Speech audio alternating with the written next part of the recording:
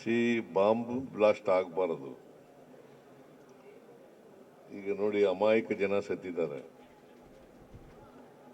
ಒಂದು ಪತ್ರಿಕೆಯಲ್ಲಿ 13 ಜನ ಅಂತ ಬರ್ತದೆ, ಒಂದು ಪತ್ರಿಕೆಯಲ್ಲಿ 8 ಜನ ಅಂತ ಬರ್ತದೆ. ಎಷ್ಟೇ ಜನ ಸತ್ತಿರಲಿ, ಅದು ಜನರು ಪ್ರಾಣ ಕಳ್ಕೊಳ್ಳೋದು ಇದೆಯಲ್ಲ. ಕಾರ್ ಬ್ಲಾಸ್ಟು ಎಂಥದ್ದು ಕೆಂಪುಕೋಟೆ ಹತ್ರನೇ ಆಗಿದೆ. ಅದು ಆಗಬಾರದು. ಚುನಾವಣಾ ಸಂದರ್ಭದಲ್ಲಿ ಆಗಿರೋದು, ಅದಕ್ಕೆ ನೋಡಬೇಕು. ನಾನು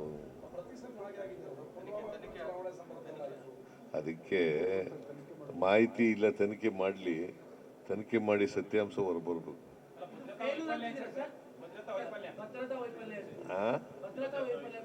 ಇಲ್ಲ, ನಾನು ಇನ್ನೂ ಅದ್ರ ಬಗ್ಗೆ ತನಿಖೆ ಮಾಡಿಸ್ಬೇಕು. ಮಾಹಿತಿ ಎಲ್ಲ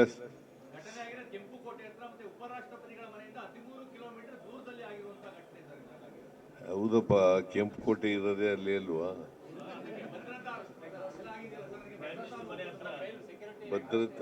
ಭದ್ರತಾ ಫೇಲ್ಯೂರಿಂದ ಆಗಿದೆ. ಈಗ ನಾನು ನಿನ್ನೆ ಹೇಳಿದ್ದೀನಿ,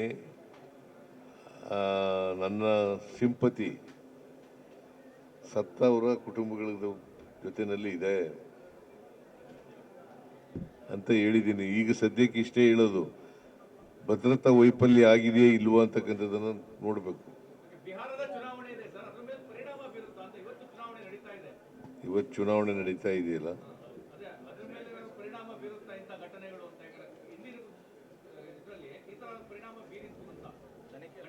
ಬೀರೋ ಸಾಧ್ಯತೆ ಇದೆ.